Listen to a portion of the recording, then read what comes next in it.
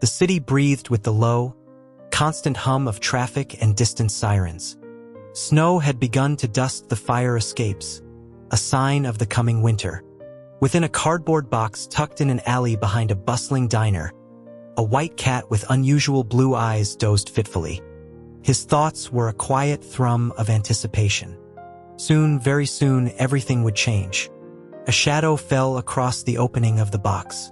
Before he could react, a large hand closed around the scruff of his neck, lifting him effortlessly into the cold air. The man was tall, his frame imposing even in the simple dark jeans and sweater he wore. The scent that clung to him was unmistakable and unsettling, musky, predatory, the signature of a mountain lion shifter. Their eyes met.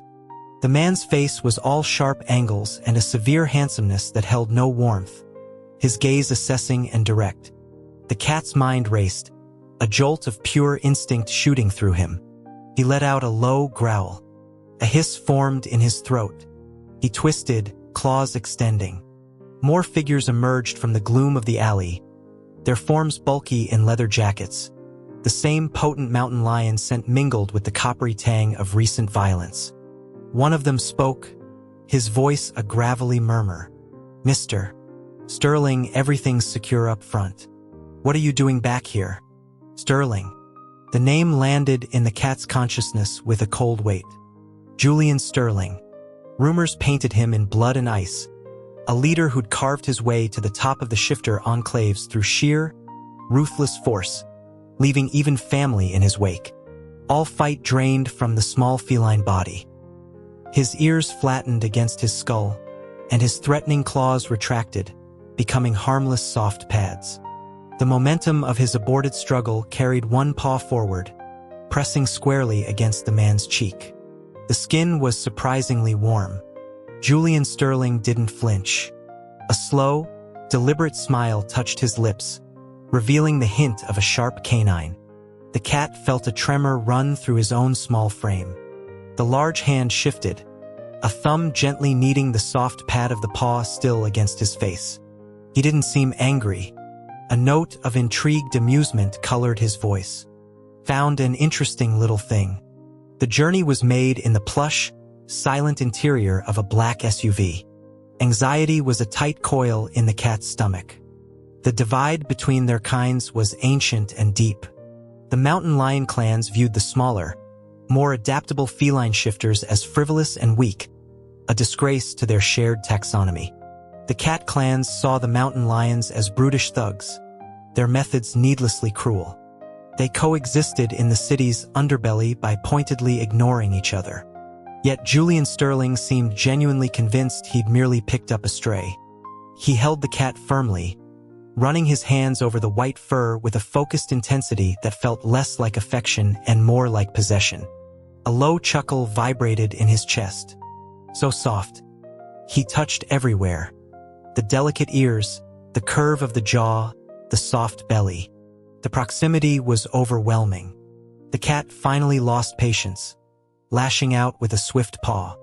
A thin red line appeared on the man's neck. The movement stopped. Julian looked down, his expression cooling into something dangerous. He spoke slowly, each word deliberate. "Sharp little weapons. Do that again and I'll have them removed." Fear, cold and immediate, clenched tight. The cat hesitated, then leaned forward, giving the shallow wound a tentative, apologetic lick. He forced a quiet, pleading mewl from his throat. The shift in the man's eyes was instantaneous, the danger melting into a spark of something else, something eager. The cat's heart sank. That had been a mistake. By the time they arrived at a sleek, modern penthouse overlooking the city's skyline, the cat's fur was in disarray, saturated with the foreign, dominant scent. He felt contaminated. The space was vast, all cool grays and clean lines. Placed on a deep sofa, the cat felt a hand stroke his back. "You're home now, little cat. I'm your keeper." The cat turned, presenting his back in a gesture of clear defiance. A life of servitude was not his destiny. A soft pressure touched his hindquarters. He whipped his head around, stunned. The man had buried his face there, taking a deep breath before giving a light pat and straightening up. That low laugh came again. Soft back here, too. Exhaustion warred with outrage. This mountain lion was clearly unhinged. The cat bared his teeth in a silent snarl, only to freeze as Julian began to undress. The sweater was pulled over his head, revealing a torso of defined muscle and strength. The cat's gaze, against his will, followed the movement. He had, in his lonelier moments, imagined a companion, another feline shifter, strong and graceful. The family had made sure that dream died. But this was different. A large hand scooped him up again. Time to clean up. Water was an abomination. The cat writhed, a furious bundle of claws and protest. He was deposited unceremoniously into a sunken tub. A moment later, Julian stepped in, placing him against the warm plane of his stomach. A firm hand held him still as warm water sluiced over his fur. You've been out in the grime. Need to be clean. He wasn't dirty. He'd been fastidious until this creature manhandled him. The memory brought a strange heat to his face. Maybe being clean wasn't so bad. When it was time to rinse, the cat shook violently, spraying suds and water everywhere. Julian merely flicked his ear gently. Mischievous. He raised the shower head to rinse himself. Water traced paths over the sharply handsome face, down the column of his throat, over the ridges of muscle. The cat felt that strange warmth again, a pull low in his belly. Before he realized it, he was leaning forward, his rough tongue darting out to lick a droplet from the man's chest. He was lifted, brought eye to eye. Julian's gaze was knowing. A greedy little thing, aren't you? That night, he was settled on the vast bed. Julian buried his face in the cat's chest fur, breathing deeply, ignoring the small paws pushing uselessly at him. The cat finally went limp, staring at the darkened ceiling. Life was complicated. Sleep now, the man murmured, his voice a rough comfort. Escape attempts were futile. Julian took him everywhere, to tense meetings in back rooms of upscale clubs where low threats were issued in a calm voice, the cat a silent weight on his lap. Afterwards, there would be a treat, a paste of savory meat held just out of reach. Be sweet for me. Pride was a luxury. The cat would nudge the offered hand, emitting a soft, contrived chirp. The food was always delicious. He witnessed violence, too swift, brutal punishments dealt to those who broke the enclave's laws. The first time, the cat shrank back, trembling against Julian's solid frame. A large, warm hand covered his eyes. Don't look, little cat. It's all right. The gentle tone was a bizarre contrast to the scene. As he ate a special supper that night, a resolve hardened within him. He had to get away before the change came. The opportunity arrived on a gray afternoon. Julian prepared to leave, his hand lingering on the cat's head. Stay inside today. The business is unsettled. The cat offered a bland meow in response. The man smiled, a quick, genuine thing, and left. The cat waited, then slipped out through a service entrance, a streak of white against the concrete. He ran until his lungs burned, back to his old alley, to the familiar sanctuary of a discarded box. He curled inside, the silence a palpable relief. Free. No more being treated as a pet, no more nightly smothering. Though, a treacherous thought whispered, the mountain lion was always warm, and the food was plentiful. And he had said the work was dangerous today. A heavy boot connected with the side of the box. The cat scrambled out, fur on end. A man, reeking of cheap alcohol and frustration, loomed over him. Ugly mutt, he slurred, raising his foot again. The cat coiled to spring, but a familiar grip closed around his neck. He was lifted, turning to meet Julian Sterling's icy, impassive stare. Running away to play with trash? The man's voice was deceptively soft. Julian set the cat down, wrapped snugly in his own removed jacket. He turned to the drunkard. He's not a stray. He's mine. What followed was a brief, brutal lesson. Julian moved with a predator's blinding speed. Soon, the man was whimpering an apology into the pavement. Scooped up again, the cat was carried back to the car. A complex mixture of emotions churned within him. There was a certain undeniable security in having such formidable protection. The penthouse was comfortable. The touch, while overbearing, was not unpleasant. And the physique, he shook his head violently. No, freedom was paramount. Julian was quiet, a simmering tension around him. At home, the silence stretched. The cat told himself it was better this way. With a sigh, the man gathered him close. Were you angry I left you behind? He nuzzled into the cat's fur, his voice dropping to a murmur. I'll take you with me always. Okay? The cat blinked, baffled by the conclusion. But the strange knot of resentment in his chest loosened. Time pressed on him. The change was imminent, bringing with it a cycle he dreaded. The penthouse was now a gilded cage, windows sealed, presence of other shifters constantly at the doors. How could he hide it? During a meeting, a new voice cut through the monotony. A new companion? The cat looked up. Eli. Dressed in light colors, his expression was one of polite curiosity. A pang of deep recognition and longing hit the cat. In his clan, his unusual coloration had made him an outcast. Only Eli, a distant cousin, had shown him kindness, calling him the most clever of cats. Then Eli had been sent on a long assignment, and without his protection, exile had followed. An eager meow burst forth. Eli, it's me. He tried to leap, but Julian's hand clamped down, holding him fast. He's excitable today, Julian observed, his eyes narrowing. I didn't think you had any fondness for our kind, Eli remarked coolly. He's just a cat, Julian stated, his fingers stroking almost possessively. I had a white cat once. He disappeared. The cat's heart leapt. He tried to meow again, but Julian's voice cut in, hard and final. You're mistaken. He belongs here. We'll finish this discussion another time. That night, Julian held him tightly, his skin feverishly warm. You weren't a stray, were you? He mused, not expecting an answer. Was he important to you? But you prefer it here with me. I know you do. He buried his face against the cat's stomach, his breath scorching. The signs were clear. A mountain lion's cycle, stirring his own biology into a dangerous, responsive heat. The cat struggled, but it was too late. A surge of energy, a dizzying rearrangement of self. Where there had been fur, now was pale skin. He lay on the bed, human, vulnerable, a pair of white cat ears twitching on his head, a tail curling anxiously on the sheets. Julian was on him in an instant, pinning him, eyes blazing with alarm and suspicion.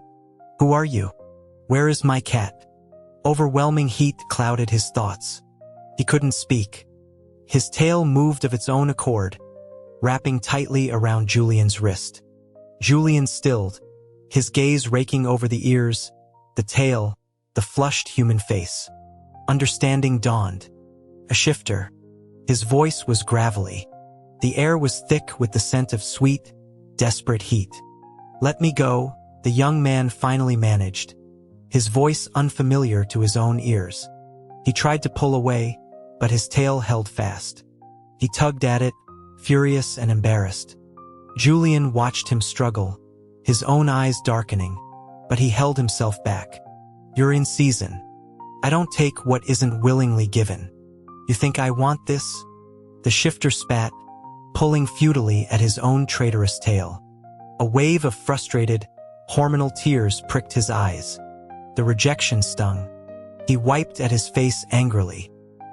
He reached again to disentangle his tail, but the moment his fingers brushed Julian's skin, a bolt of need shot through him.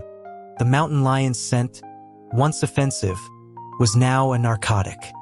He swayed forward, his hands flattening against the hard chest, sliding upward. Julian caught his wrists. You're too young for this, and the first time should be with a clear mind. He sounded strained, every word an effort. Are you incapable? The shifter taunted, the heat making him reckless. Julian growled, a deep, resonant sound. He snatched a phone from the nightstand, barking an order for suppressants. Then, ignoring the protests, he swaddled the shifter tightly in a duvet, a cocoon of frustration, and retreated to the bathroom, leaving him to writhe in alone. He awoke to fingers lightly tracing the curve of his ear. Julian was watching him, an unfamiliar softness in his gaze. Morning, little cat. Remembering the duvet prison, the shifter. Asher, he thought, my name is Asher, snapped his teeth at the nearest finger. Julian just smiled. Easy. Life continued in a bizarre new pattern. Julian still kept him close, even in human form, which Asher found absurd. During a business negotiation, Asher sat fuming in a chair beside him, chewing on a piece of jerky with vindictive intensity. The client, leaving, dared to ask, and this is? Julian's hand came to rest on Asher's head, his thumb stroking his hair. My partner, Asher. The word hung in the air, leaving Asher flustered. At night, the ritual continued. Julian would press close, breathing him in, commenting on how he'd gained a little weight, his laughter vibrating against Asher's skin. A week later, the shift back to cat form came easily. Delighted, Asher chose to interrupt a video conference, meowing loudly each time Julian spoke. Asher, not now, Julian chided gently. Asher meowed again, right into the microphone. Julian stood, plucked him up, and placed him before the camera. A grid of stunned faces appeared on the screen. My partner has something to say, Julian announced, his tone earnest. Go ahead. Mortification burned through Asher. He bit Julian's hand and fled. That evening, Julian dangled his own mountain lion tail for amusement. Asher, despite himself, chased it. Later, as he was fastidiously grooming, Julian snatched him up for a prolonged snuggle, ruining all his work. In bed as a human, Julian's arms wound around him, his question a familiar whisper against his neck. Stay with me, Asher. Always. Asher stayed silent, his back to the man's chest. Always was a fiction. Promises were broken. He'd learned that as a kitten, passed from one well-meaning human to another, each initial affection curdling into annoyance until he was placed back in a box on the sidewalk. The boxes were reliable. They didn't promise forever. Only the cold ever threatened him, and the kindness of strangers with spare blankets had seen him through. Now, for months, this formidable, confusing man had cared for him, in both forms, and asked for a forever he didn't dare believe in. He shifted slightly, leaning back into the solid warmth. He saw Eli again at a charity gala, a swirl of light and music. In cat form for comfort, Asher perched on Julian's shoulder, drawing curious looks. The praise was effusive. He preened. Then he saw the flash of white blonde hair. Eli.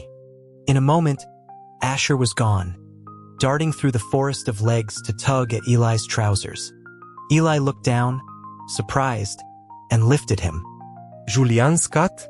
He said, stroking him. You remind me of someone. Asher purred, licking his hand, trying to communicate. A shadow fell over them.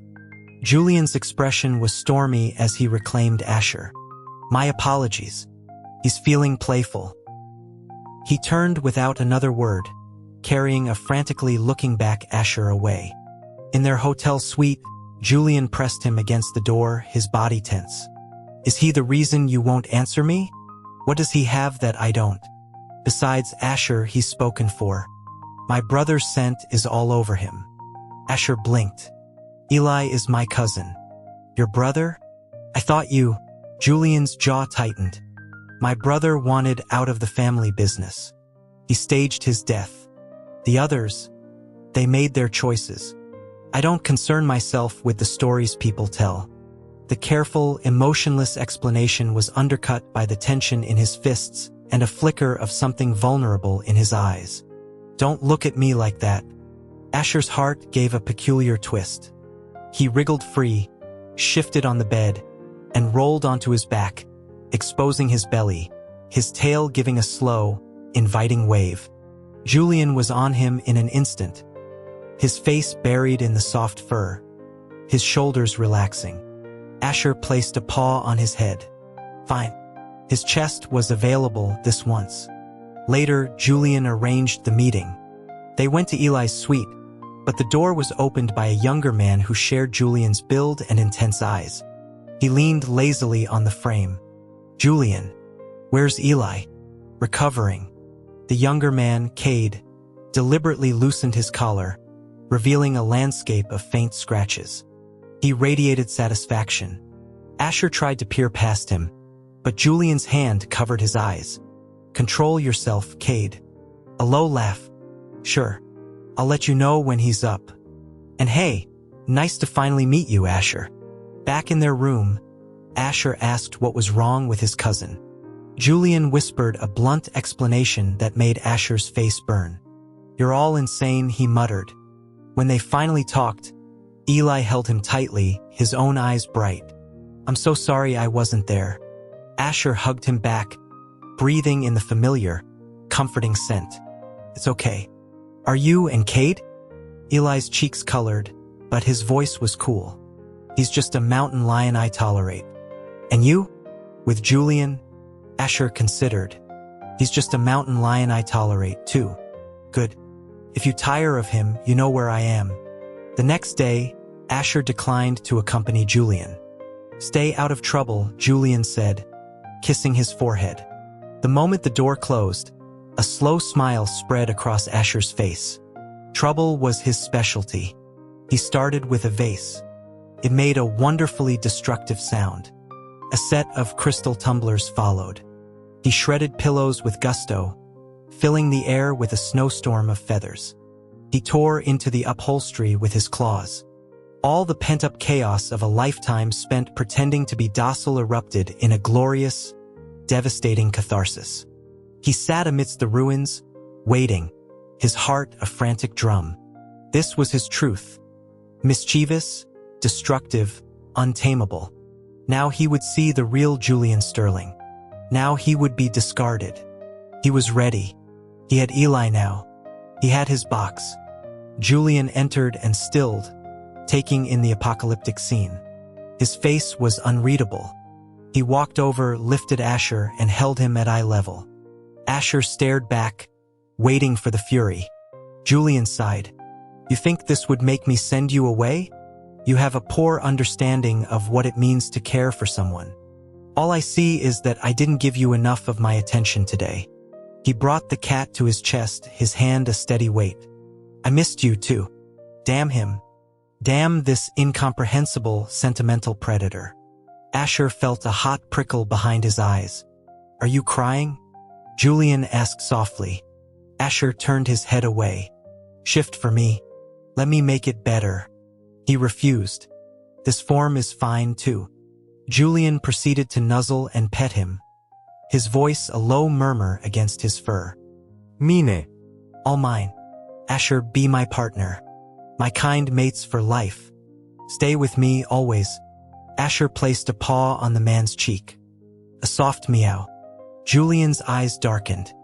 Asher felt the shift come over him, returning to his human shape in the circle of those strong arms.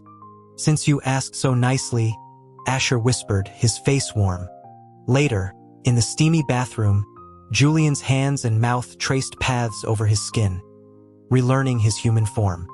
Asher's ears and tail emerged, betraying his arousal. Julian nipped at a sensitive ear. My cycle is starting, he breathed. Liar, Asher gasped. It had only been weeks. Julian's laugh was a warm vibration against his skin. With you, it never really stops. He was carried to bed, laid down with a reverence that contrasted with the raw hunger in Julian's touch. There was a moment of sharp discomfort, and Asher pushed at his shoulders. Julian kissed the tip of a twitching ear, guiding Asher's hands to his back. If it hurts, hold on to me. In the haze of sensation, their tails entwined. A promise was breathed into his skin, a vow of forever. He awoke sore in cat form. Stretching, he turned, and came nose to nose with a massive mountain lion. The beast's tawny fur was sleek, its golden eyes fixed on him with primal intensity. Asher yowled, scrambling back, shifting to human in his panic. He tried to roll off the bed, but a large, heavy paw pressed him down gently. The mountain lion loomed over him. "Julian?" he ventured. The beast merely stared, then leaned down and dragged a rough tongue over his face. Tentatively, Asher reached up and scratched behind its ear. The mountain lion's eyes half-closed in pleasure, and it nudged his hand insistently, its tail beginning a frantic, happy sweep. This wasn't a fearsome predator. This was an overgrown, needy house cat. For 5 days, Asher managed a giant, affectionate, and occasionally muddy beast. The worst was bath time. The mountain lion balked at the water, even baring its teeth once. Incensed, Asher smacked its muzzle twice. The creature looked shocked, then whined, nuzzling him apologetically. One afternoon, covered in mud from the terrace garden, the mountain lion shook itself dry right in the middle of the clean bathroom, soaking Asher. He delivered several more indignant swats. The beast looked at him, its gaze oddly guilty. A suspicion dawned. He'd asked the housekeeper about this. The primal shift shouldn't last more than 3 days. He fixed the damp mountain lion with a stern look. "Julian Sterling, you've been yourself for a while now, haven't you?" The mountain lion looked away, its tail tucking slightly. Asher smacked it again, hard. "I'll count to 3. If you don't change back, you can find yourself a new partner." Before he could even start, the mountain lion shimmered and resolved into Julian, who immediately wrapped his arms around Asher's waist. "Don't be angry. I liked you taking care of me." Asher pulled back and delivered one final, satisfying slap to his shoulder. That night, as Julian was murmuring apologies into his skin, his phone rang. Cade's voice, brimming with irritation, spilled out. "Are you two settled yet? This workload is inhuman, brother. I have a mate who needs my attention, so wrap it up and get back here. Understood?" "Tomorrow," Julian replied, ending the call. He turned back to Asher, his kisses becoming more demanding. Asher dug his nails into the powerful back, a protest and an anchor. "Jerk," he breathed, but there was no heat in it,